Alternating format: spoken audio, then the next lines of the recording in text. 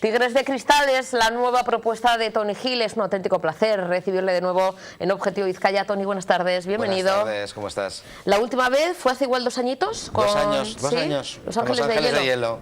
Fíjate, sí, mira, salió en marzo, o sea que debí venir hacia aquí, pues eso, en abril aproximadamente.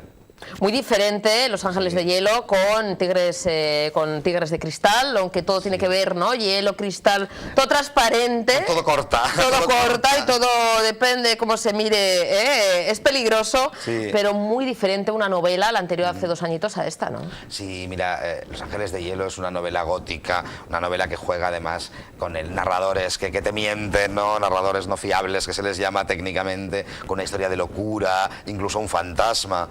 Y Tigres de Cristal es como totalmente distinto, es como juega mucho más con las cartas sobre la mesa, es una historia de barrio, nada que ver con el glamour del sanatorio, del internado de Los Ángeles de Hielo. Esto que va es un barrio, esos chavales ya se ve que no están viviendo una vida para nada glamurosa y es una historia de calle, ambientada en los 70 y ahora en 2015, 2016. Pero siempre dando esa importancia, por supuesto, que se merecen los personajes, metiéndote un poco en su cabeza como buen psicólogo, ¿no, Toni? Mostrando esa psicología, esa parte muy humana y también en la cabeza de los personajes, ¿no? Con sus virtudes y sus miserias. Sí, la verdad es que es una novela muy de personajes, ¿eh? Una novela, yo diría, más de personajes que de trama. Son ellos mismos los que van creando su destino, ¿no? Los que a través de sus decisiones, a veces acertadas, la mayoría no tanto, van haciendo avanzar la trama de la novela. Entonces, sí, a mí me gusta mucho coger a un personaje y machacarlo a fondo, machacarlo en el sentido literario de la palabra, no que le pasen cosas terribles, sino entenderlo desde todos los ángulos, intentar que el lector, durante ese ratito que ese personaje sale, lo entienda, lo comprenda y piense, bueno, si yo fuera él haría lo mismo. Me gusta mucho que el lector empatice con los personajes, incluso con los que no son muy buenos, ¿eh? Sí, incluso algunos llegando a odiar, ¿no? Sí, también es lo bueno, que cojamos tanta manía a un personaje, eso quiere decir que lo estás mostrando bien, como tú quieres que sea ese personaje tan antagónico, quizá a otros que son más buenos o más blancos, sí, ¿no? o bueno, que tiene unos valores, por decirlo así, que se centran en el egoísmo, ¿no? En yo quiero que me salgan las cosas bien a mí y al resto pues me da un poco igual. Sí, yo me gusta, ya te digo, esta novela tiene bastantes personajes, pero en el fondo hay 4 o 5 principales que son los que mantienen el peso de la acción y la verdad es que me gustaba mucho la idea y me gusta que los primeros lectores me confirman que, ostras, es que a ratos voy con Víctor y a ratos voy con Juanpe y Miriam es maravillosa, pero claro, también y de alguna manera se van implicando en esas vidas, porque en el fondo esta novela, todas, pero yo esta en concreto pretendía como retratar un trozo de vida, ¿ves? Como retratar un barrio, ¿vale? En 2 momentos temporales, retratar unos personajes desde cuando eran niños hasta cuando son adultos, saltando la parte de en medio, es decir, los dejo con 12 años y los recupero con casi 50. Y cómo marca ese pasado, claro, esa niñez, luego a la edad adulta, ¿no? Sí. Este era como el leitmotiv que yo tenía en la cabeza de la novela, ¿eh? Hablar de un barrio muy concreto, hablar de un tipo de vida que ya no existe, porque ese tipo de barrio, aunque existe, ha cambiado mucho, y demostrar que al mismo tiempo, aunque es verdad que hemos cambiado y que ni las familias son las mismas, ni la relación padres-hijos es la misma, ni los colegios se parecen en nada a los de ahora, a los de los años 70, luego hay fenómenos como el acoso escolar que existía en los 70, existe en el 2016, existe en el 2018, porque lo vemos en las noticias constantemente, y si nadie lo remedia existiría en el 2070. Es decir, que digamos que al final parece que todo cambie mucho y las personas seguimos cometiendo los mismos errores, ¿no? O sea, de alguna forma cambian los modos, o sea, no sea cosa igual ahora que en 1970, pero la voluntad de hacer daño, la voluntad de ganar poder y ganar ascendencia sobre el grupo a cambio de humillar a una pobre víctima, estaba entonces y está ahora. Además, esa capacidad de hacer daño siendo niños, ¿no? Que yo creo que además un hecho en concreto puede ser, Toni, que ocurrió en 1993 en Inglaterra, ¿no? Bueno, precisamente 2 niños, ¿no? Que matan a un tercero, al final todos sufren, las familias de los verdugos, por supuestísimo, de la víctima, y con 10 añitos, ¿no? Mira, y dices, fue ¿y eso terrible. cómo luego marca? Porque luego ya se hacen adultos. Claro, no se puede olvidar el pasado, han hecho ese daño, pero con 10 años, Claro, que ahí está, ¿no? También el tema moral. Hay un juego ahí, claro, hay un dilema ahí que estás todo el rato en ese de con quién voy, ¿no? Los chavales estos de Inglaterra, que fueron los que a mí me dejó completamente noqueada la historia, y te hablo del 93, o sea, Ahí fue un poquito el origen también de fue un esta poquito el novela. origen, sí. Yo aquellos dos críos, la gente lo recordará, supongo, y si no, casi mejor, pobres, porque es una historia horrible. Secuestraron a un niño de 2 años en un centro comercial, estaban las cámaras y lo grabaron todo. Se lo llevaron a unas vías de tren, lo torturaron y lo mataron. Claro, a partir de ahí, la opinión pública británica era como, bueno, pero ¿cómo puede pasar esto? ¿Cómo 2 niños de 10 años pueden hacer esta barbaridad, ¿no? Y de hecho los condenaron a la cárcel, o sea, una pena de cárcel, y había gente que pedía incluso la cadena perpetua, bueno, esas cosas. Y al final dices, bueno, ¿qué pasa luego? ¿Qué pasa cuando estos chicos ya no tienen 10 años? Evidentemente ahora ya no tienen 10 años, y creo que, yo estuve buscando, uno lleva una vida más o menos normal y otro no. Les han cambiado los nombres, les dieron identidades nuevas, pero claro, ¿hasta qué punto te perdonas tú a ti mismo? Claro. O sea, ya no es, la sociedad tiene unas reglas, ¿no? Y tú cumples un castigo, más o menos, o una condena, pero ¿cómo te perdonas tú? Es decir, cuando tú luego eres adulto y tienes un hijo, entonces, no sé cómo decirte, y si alguien me hiciera eso a mí, ¿vale? Es que entramos en unos dilemas porque los niños tampoco son estrictamente responsables de sus actos, legalmente no lo son, y es muy complejo adjudicarles culpas, Y es ¿no? algo que crecen además con ellos. ¿Qué tipo de moral o de educación van a tener a ver cuando se han criado en la cárcel? Claro, cuando han hecho ese acto tan vil en lugar de estar estudiando, jugando, como el resto de niños. Sí. ¿Qué tipo de valores van a tener esas personas? Personas? ¿Se pueden volver a recuperar? Como comentas, unos sí, otros no. Claro, es que depende, ¿no? Hay también la fortaleza también de uno, ¿no? Claro, yo creo que al final uno tiene que ser, y sintiéndolo mucho por los padres del niño de 2, ¿vale? Que eso te tiene que destrozar la vida seguro. Claro, al final dices, bueno, es que los otros tenían 10. Es decir, ¿qué vamos a hacer? ¿Condenarlos para siempre? Bueno, los vamos a borrar del mapa.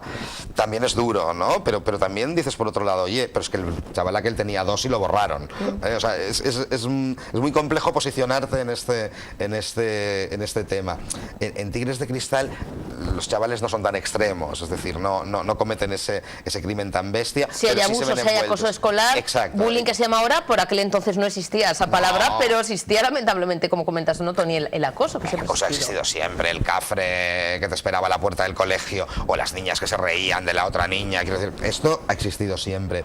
Claro, lo que hacen ellos, esto sí se puede contar porque sucede nada al inicio de la novela, lo sabes enseguida, ellos se vengan del acosador. Es decir, ellos son 2 niños de 12 años, hartos de que un cafre, ya te digo, de 14, lleve años torturándolos, y un buen día deciden que ya está bien y que van a de alguna forma tenderle una trampa, se van a vengar, y claro, y eso acaba fatal.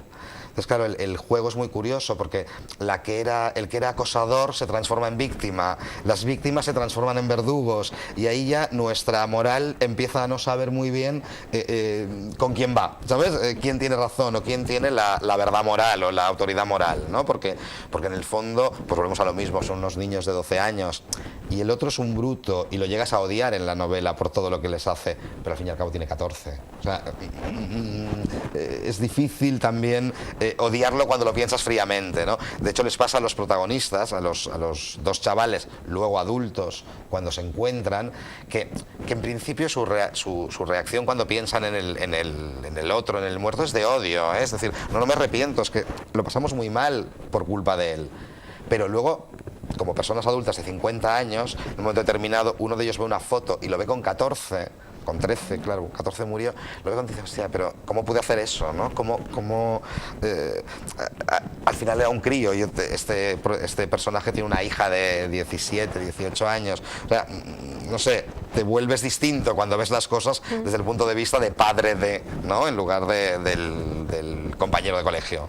además de ese retrato de esos personajes, Toni, también es el retrato de una época, ¿no? Finales de los 70, y también de un barrio, ¿no? De un barrio de Cornellà, ¿no?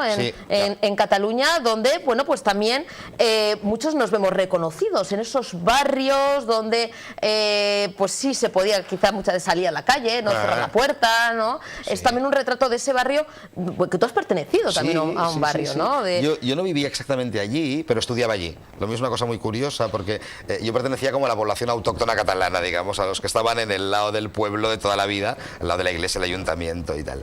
Este barrio se creó, porque no existía, se creó a finales de los 60, se construyeron unos bloques inmensos, pero enormes, en cuestión de nada, en cuestión de muy poco tiempo. Tú piensas que la población de Cornellà, que es el municipio este, se cuadruplicó. O sea, de 20.000 habitantes pasó a tener 80.000 en nada, una década, pero una década porque lo mides de 10 años en 10 años, o sea, tardó mucho menos, ¿no? Entonces, claro, ese barrio, cuando lo veías, yo recuerdo mi infancia, cuando lo mirabas hacia allá, que era donde te quedaba el barrio este, a unos 20 minutos andando aproximadamente, decías, pero ¿ahí quién vive? Porque claro, aquellos bloques tan distintos no es que los nuestros fueran casas de lujo, ni mucho menos, pero eran pisitos, ¿sabes? De 3 alturas, como mucho de 4, aquellos eran bloques de 16, 18 pisos. Los bloques verdes que están ahí fueron de repente los edificios más altos que se hacían en España en esos años, ¿no? Luego no. Pero había como, ya no me acuerdo, 18, 19 pisos. Y de un montón de almas, seguro, cada una diferente viviendo allí, ¿no? Claro, y todos llegaban de fuera, porque eran pisos que estaban de alguna manera pensados para todo el movimiento migratorio que fue desde Andalucía y Extremadura, bueno, hacia Cataluña o hacia el País Vasco, es decir, salían del campo y buscaban industria, ¿no? Entonces, algunos vinieron al País Vasco, muchos vinieron a Cataluña y se instalaron allí. Entonces, era curioso porque eran dos poblaciones que en principio se miraban con un cierto recelo, ¿no? Pero claro, ¿qué les pasaba a los autóctonos? No era un tema así muy complejo de entender, era esta gente llega, no tienen nada, van a aceptar trabajos por mucho menos dinero del que nosotros queremos, ¿sabes? Se repite lo que pasa ahora, es tremendo, es tremendo. Estos mismos emigrantes andaluces, extremeños y tal, ahora lo han vivido con la población ecuatoriana, bueno, latinoamericana en general, pero por aquella zona hay mucho dominicano y mucho ecuatoriano, que han vuelto a cambiar el paisaje, pues han vuelto a... Y en el fondo al final tiene que llegar un momento, y en los 70 llegó, sin ninguna duda, en el que las poblaciones se unieron, ¿ves? O sea, pensad que también era la época de las huelgas, de un movimiento sindical y político y tal, donde había una ebullición callejera, ¿no? Por decirlo así. O sea, se acababa la dictadura, de golpe tenías como unos derechos y querías ejercerlos. Pues toda esta gente de este barrio de la Satélite o San Ildefonso ahora colaboró mucho, y la verdad es que lucharon mucho porque el barrio fuera un lugar decente y habitable, porque piensa que el barrio no tenía nada. O sea, el barrio hicieron los bloques y ahí te las compongas. Al principio no había ni colegios y no había colegios suficientes en la zona para acoger a tantos niños, estaban sin escolarizar. Entonces, hay una anécdota, la cuento muy rápido, pues muy curiosa. En un momento determinado, aún durante el franquismo, o sea, 71, 72 debería ser, el alcalde del municipio, viendo que aquello no era viable, o sea, que no podía tener a toda aquella gente desatendida porque no había ni hospitales, estábamos hablando de la época de Franco, y el hombre ya pensó, esto no puede ser, vino a Madrid, fue a Madrid, perdón, y pidió a que les mandaran, que les ayudaran de alguna manera económicamente para construir. El gobierno franquista lo único que hizo fue montar una comisaría de policía. Ole. Porque lo que vio era, esto va a ser un conflicto.